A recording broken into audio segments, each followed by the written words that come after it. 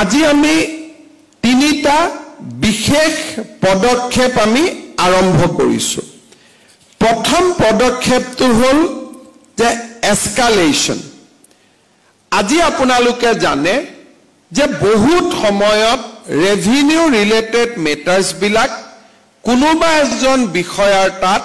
প্ৰয়োজনীয় সময়তকৈ বেছি দিন তেওঁলোকৰ টেবুলত পৰি থাকে এতিয়া আমি আজি লোৱা ব্যৱস্থাটোৰ জৰিয়তে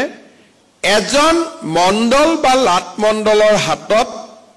যদি 15 দিন এটা জৰিপৰ কাৰণে থাকিব লাগে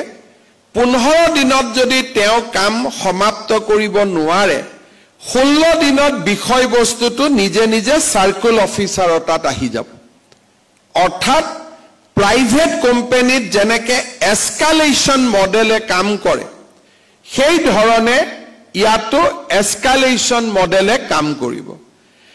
যদি এজন এডিসি টেবুলত এটা বিষয়বস্তু 7 দিন থাকিব লাগে 7 দিনতকৈ যদি তেওঁৰ টেবুলত বেছি আছে